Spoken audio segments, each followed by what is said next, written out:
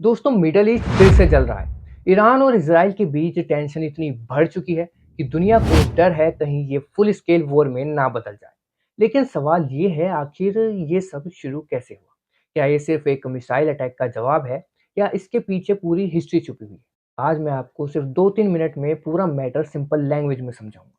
सबसे पहले थोड़ा सा इसका बैकग्राउंड समझते हैं। 1979 में जब ईरान में इस्लामिक रेवोल्यूशन हुई तो आयतुल्लाह खमेनी पावर में आए। तभी से ईरान और इजराइल के बीच में कॉन्फ्लिक्ट शुरू होने लग गए। ईरान ओपनली कहता रहा है कि इजराइल को एग्जिस्ट ही नहीं करना चाहिए। दूसरी तरफ इजराइल को ये डर सताता रहता है कि अगर ईरान के पास न्यूक्लियर वेपन आ जाते हैं, वो उनको डेवलप कर लेता है, बना लेता है, तो इजराइल की सिक्योरिटी के लिए बड़ा खतरा पैदा हो जाएगा।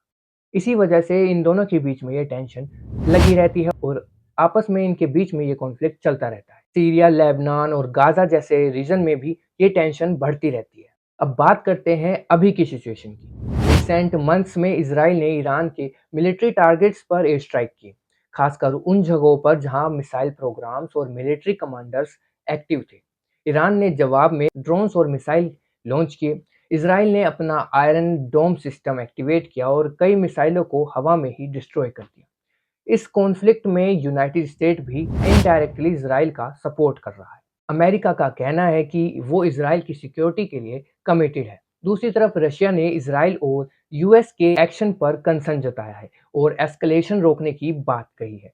यानी अब सिचुएशन सिर्फ दो देशों तक सीमित नहीं है, अब इसमें ग्लोबल पावर भी इनडायरेक्टली इन्वॉल्व हो गई है।